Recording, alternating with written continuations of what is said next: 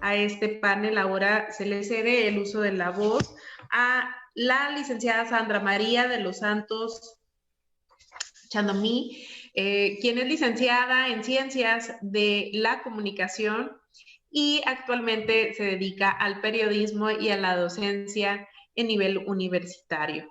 Ha tomado diferentes diplomados, talleres y cursos en temas como derechos humanos, tecnologías de la información y comunicación, derecho, género, feminismo, acceso a la información, transparencia, rendición de cuentas, participación ciudadana y divulgación de la ciencia, entre otras cuestiones más en la materia que nos ocupa. Sin más preámbulos, se le cede el uso de la voz a la licenciada Sandra María de los Santos. Hola, ¿qué tal? Muy buenos días. Muchas gracias por la invitación al Instituto de Acceso a la Información Pública del Estado de Chiapas y también al Instituto Nacional del Acceso a la Información. La verdad es de que al no pertenecer a ningún órgano garante ni tampoco a ningún poder de gobierno, creo que me permite hablar de este tema un poco desde una mirada externa, pero que también es muy necesaria que se hagan este tipo de miradas, este tipo de planteamientos, porque al final del día estos derechos se deben a la ciudadanía, ¿no? Las personas que las estamos ejerciendo. Para hacer uso práctico del tiempo, voy a leer un documento que hice y voy a hacer algunos comentarios sobre este mismo. Espero no pasarme del tiempo que está dispuesto. Los feminismos, y hablo en plural, como ideología, movimiento y práctica, están atravesando en sí a todos los ámbitos. Y me da mucho gusto que en este conversatorio se hayan atrevido a utilizar la palabra feminismo y no género, porque luego siento que le tenemos miedo a la palabra feminismo y que pareciera que cuando hablamos de feminismo van a pasar muchas cosas y no nos atrevemos a nombrarnos. Y creo que para abordar los temas de manera correcta hay que primero nombrarlos y nombrarlos de manera correcta. De ahí la importancia de hablar de este tema y de hablar de los feminismos, las diferentes aristas que tiene como ideología, como movimiento, como práctica e inclusive no solamente es un feminismo, son muchos feminismos y por eso también la importancia de nombrarlo. Los feminismos sí es algo que nos compete a las mujeres y que tenemos que hablar las mujeres, pero que al final del día repercute en toda la sociedad. No es que los queramos sacar de la conversación, más bien que es hora de que al final del día estamos pugnando por un nuevo contrato social, un contrato social que nos ha dejado afuera a las mujeres. Entonces es momento de escucharlas, escucharnos a nosotras, ¿no? Bueno, dicho esto, se ha señalado de manera insistente que el acceso a la información es un derecho que funciona como llave a otros derechos. De ahí una de sus más grandes aportaciones en la construcción de una sociedad más democrática, incluyente, con apego a los derechos humanos. Si este derecho, que es un derecho que es llave, que es clave para el ejercicio de otros derechos, no tiene esta mirada, es imposible que cuando se lleguen a los otros derechos también se pueda ver desde esta visión de género, ¿no? Desde esta visión de decir que hay, desde el reconocimiento de la desigualdad. Hace unos días, precisamente por las actividades que se dieron en torno al 8 de marzo, tuve la oportunidad de participar en un conversatorio sobre cómo la corrupción afecta los derechos de las mujeres. En este espacio participaron mujeres de diferentes regiones de Chiapas, muchas de ellas activistas de los pueblos originarios y las periferias. Creo que es importante hablar de feminismo, acceso a la información y derechos digitales, pero hay que ir más allá y ver las otras interseccionalidades que existen. Cuando hablamos de derecho al acceso a la información, derechos digitales y feminismos, también tenemos que ver que todos esos temas atraviesan por una cuestión de etnia, de clase, de escolaridad y de otras interseccionalidades. No es lo mismo hablar de los feminismos, de las periferias, el acceso a la información desde las mujeres que están en situación en comunidades rurales o son mujeres indígenas a las mujeres que tienen tal vez otra escolaridad, otra clase social. Eso es algo que hay que considerar y que hay que considerar sobre todo en las políticas públicas. Me llamaba la atención como una de las principales preocupaciones de las mujeres, que su área de incidencia está precisamente en los pueblos originarios. Cuando hablan de acceso a la información, se refieren a cómo muchas veces son extorsionadas por no contar la información de cómo acceder, por ejemplo, a programas sociales o sus reglas de operación. Y eso es información pública de oficio. Ese es como lo más básico que debe de existir y las mujeres no estamos o no están teniendo acceso a ello. A veces nos vamos como con los grandes casos y pensamos que el acceso a la información es como descubrir o tener acceso casi casi a la caja negra que hay en la presidencia y no es cierto.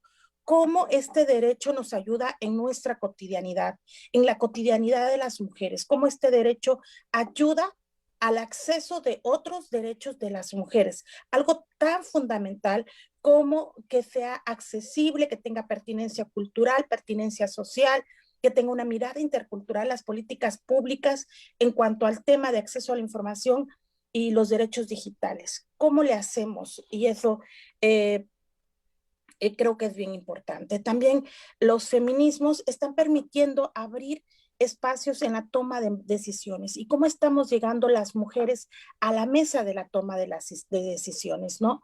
La participación política no es solo el derecho que tiene la ciudadanía a votar y ser votada, es el conjunto en sí de todas las acciones para ejercer el derecho a que su voz sea escuchada entre las personas tomadoras de decisiones.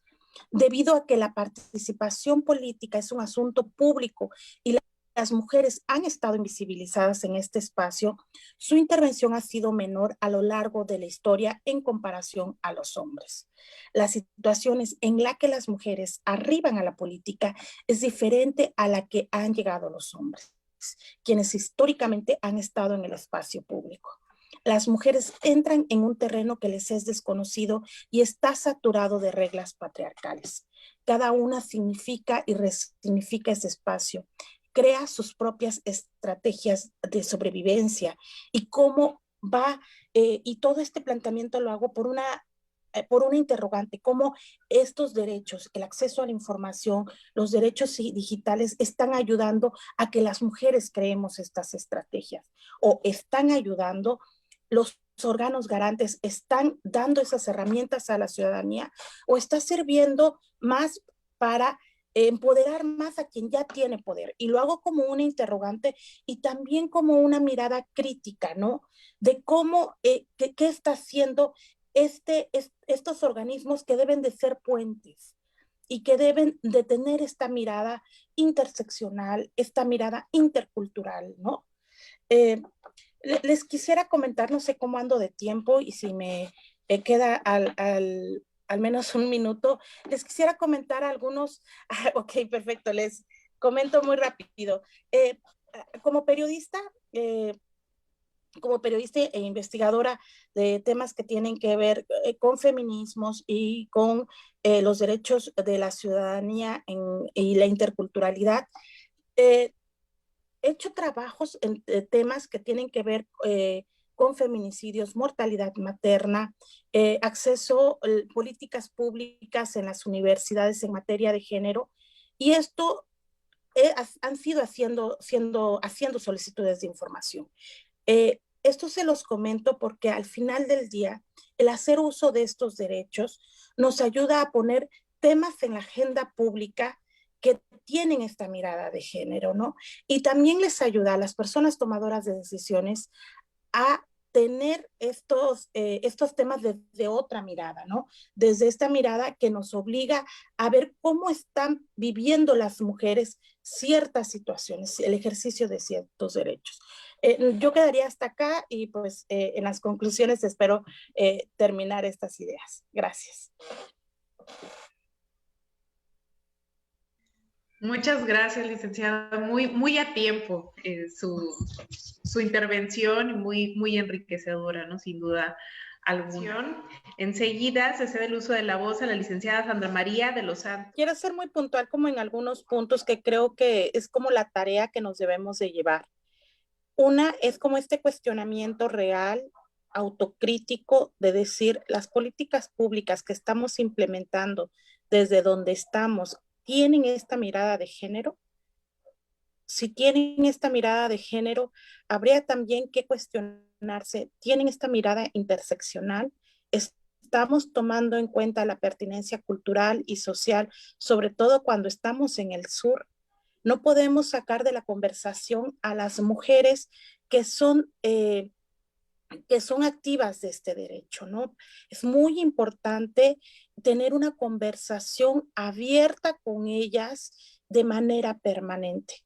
No podemos sacarlas de esta conversación y no ver en su realidad, en su cotidianidad, cómo es, en qué problemas están teniendo con el ejercicio de este derecho, ¿no? Eso es para mí como algo bien importante, sobre todo en el sur, ¿no? El gran reto que es llevar a las periferias y a los pueblos originarios el hacer uso del derecho al acceso a la información y los derechos digitales. Creo que después de todos estos años que ya se ha, que ya se han, que ya tiene la ley, que ya se ha pues coincido que es un derecho que está en acceso. Ahora el reto está en llevarlo a todos los rincones del país, como el Internet. O sea, hay que ver que más personas hagan ejercicio de esta ley.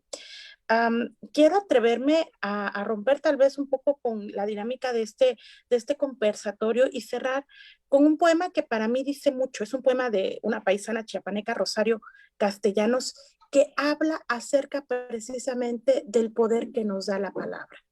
Pregunta el reportero con la sagacidad que le da la destreza de su oficio. ¿Por qué y para qué escribe? Pero, señor, es obvio, porque alguien cuando yo era pequeña dijo que la gente como yo no existe, porque su cuerpo no proyecta sombra, porque no arroja peso en la balanza, porque su nombre es de los que se olvidan. Y entonces, pero no, no es tan sencillo. Escribo porque yo, un día adolescente, me incliné ante un espejo y no había nadie. Se da cuenta el vacío.